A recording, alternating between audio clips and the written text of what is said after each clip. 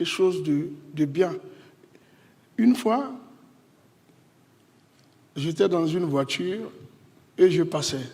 Manager était à côté de moi. Il y a une dame qui est venue nous présenter des mangues. Elle vendait les mangues. On a demandé les mangues là, c'est combien? Elle dit, ça c'est 300, ça c'est 500, c'est 600.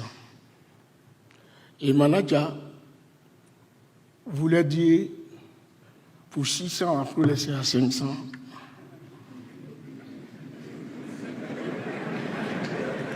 On va prendre.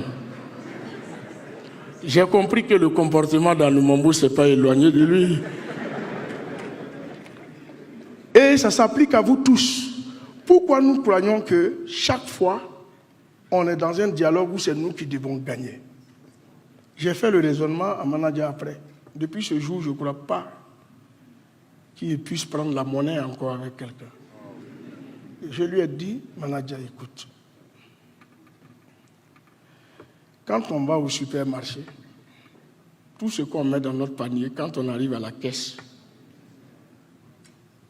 on ne négocie jamais le prix. Au contraire, même on laisse la monnaie avec les caissières qui sont salariés. Quand on va en boîte ou on va au bar, même si ce n'est pas le meilleur exemple, on nous sert soit du champagne, soit du vin. On paye à des prix faramineux. En plus de ça, on rajoute le pourboire pour la serveuse ou pour le serveur.